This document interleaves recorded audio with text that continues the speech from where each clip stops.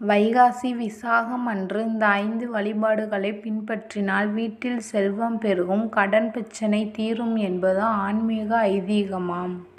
முதல் வழிபாடு: துவரம் பருப்பின் மீது சிவப்பு நிற திரியிட்ட 6 நெய் தீபங்களை ஏற்றி முருகனை வழிபடுவது வீட்டில் செல்வம் பெருக வழிவகுக்குமாம். இரண்டாவது வழிபாடு: ஓம் சரவண பவ என்ற 6 எழுத்து மந்திரத்தை அந்நாளில் தொடர்ந்து உச்சரிக்க வேண்டுமாம். இதில் ரா என்ற எழுத்து செல்வத்தையும், வா என்ற எழுத்து கடன்களை குறைக்கும் சக்தியும் கொண்டவையாம்.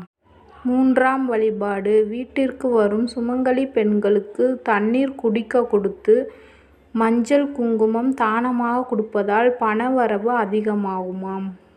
நான்காம் வழிபாடு: வீட்டிலேயே சர்க்கரை பொங்கல் செய்து அதை கடவுளுக்கு படைத்து பின் குழந்தைகளுக்கு தானமாக கொடுப்பதால் வீட்டில் செல்வம் பெருகுமாம். ஐந்தாம் வழிபாடு: வைகாசி விசாகம் அன்று முருகனுக்கு பிடித்தமான மயிலிறகு, விரலி மஞ்சள், பஞ்சாமிர்தம் செய்ய உதவும் வெல்லம் போன்றவை வீட்டில் வாங்கி வைப்பதால் நேர்மறை சக்திகள் அதிகமாகும். இதனால் எதிர்மறையான கடன் பிரச்சனைகள் போன்றவை தீரும். இந்த மாதிரி வீடியோ தொடர்ந்து பார்க்க என்னோட சேனலை சப்ஸ்கிரைப் பண்ணிக்கோங்க.